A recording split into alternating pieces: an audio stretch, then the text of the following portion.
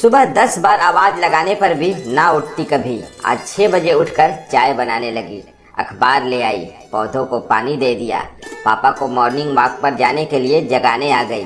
आखिर ये चक्कर क्या है? घर के सब लोग अंजलि को बड़ी आश्चर्य मुद्रा में देखे जा रहे थे। जब सबके सब्र का बांध टूट गया तो उसने मासूम से लहजे में कहा, वहाँ ससुराल में थोड़ी कोई होगा मेरे आगे पीछे घूमने के लिए। शादी फिक्स हुए अभी 3 महीने ही हुए थे और अंजलि को समझ में इतना परिवर्तन। बेटी को बड़ी होते देख सब खुश भी थे और दुखी भी। शादी हुई, अंजलि अपने नए घर आई। सुबह नींद नहीं खुलेगी सोचकर वह पूरी रात नहीं सोई। जल्दी नहा धोकर पूजा कर अपनी पहली रसोई की तैयारी की सोचने लगी। क्या बनाऊं जो सबको अच्छा लगे, बच्चों को भी पसंद आए।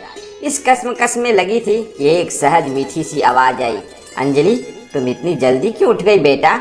राहत का चस्का था उन स्वरों में। अंजलि ने पीछे मुड़ के देखा तो सासू माँ हाथ में शादी के हिसाब के कुछ पन्ने लिए खड़ी थी। शादी की दौड़ भाग में कितना परेशान हो गई होगी, फिर घर वालों की याद भी आ रही होगी। ऐसे में अगर नींद पूरी नहीं करोगी तो अपनी तबीयत बिगाड़ लोगी।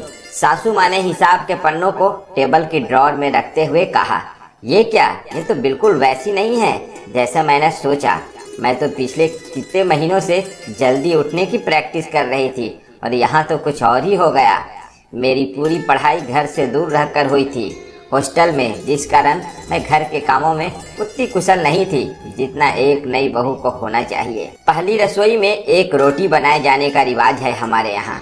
आटा ज़्यादा गीला हो जाने की वजह से रोटी उतनी गोल नहीं बनी जितनी बननी चाहिए।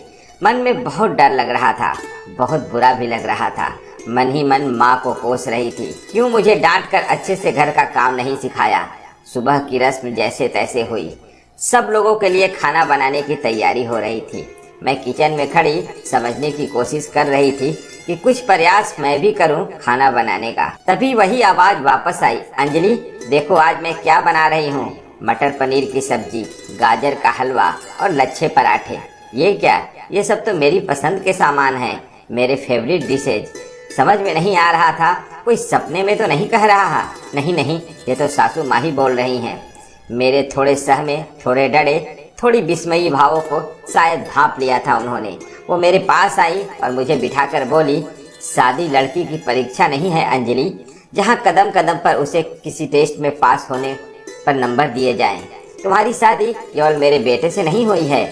जितनी तुम्हारी खुशियों की जिम्मेदारी मेरे बेटे की है उतनी हमारी भी। मैं तुम्हें इस घर में केवल काम करवाने, तुम्हारी खूबियों को परखने, तुम्हारी आज़ादी को छीनने या हमारे लिए क्या क्या बलिदान कर सकती हो ये जानने के लिए नहीं लाई हूँ। मुझे तो सिर्फ एक दोस्त, एक साथी चाहिए जो मैं कभी कमजोर पड़ जाऊँ तो मुझे संभाल सके। धागे का वो हिस्सा चाहिए जो घर के सारे मोतियों को प्यार और स्नेह की माला में पिरोए रखे।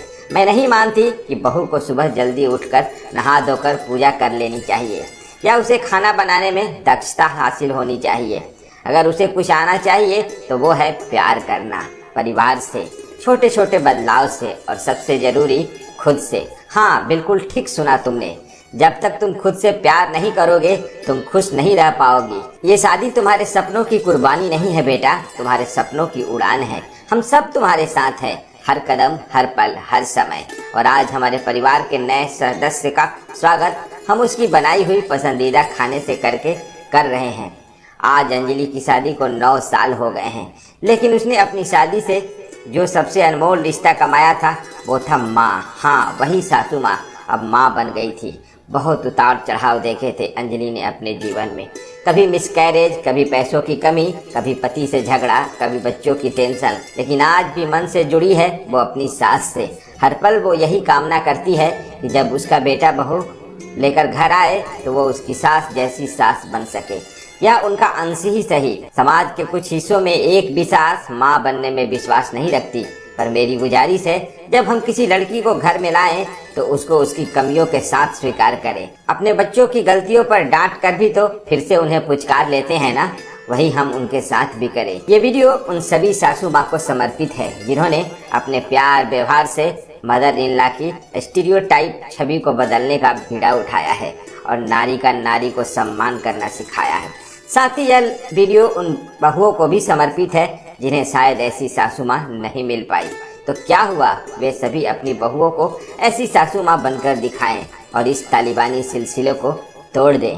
उम्मीद है दोस्तों ये प्रेरक सामाजिक कहानी आपको जरूर पसंद आई होगी। तो फिर मिलते हैं एक और नई कहानी के साथ, तब तक अपने दोस्त को दीजिए इजाजत। धन्यवाद दोस्तों। अगर हमारे चैनल पर पहली बार आए हैं तो चैनल को सब्सक्राइब कीजिए, साथ में लगे बेल आइकन को प्रेस कीजिए ताकि सबसे पहले हमारी कहानी आप सुन सकें।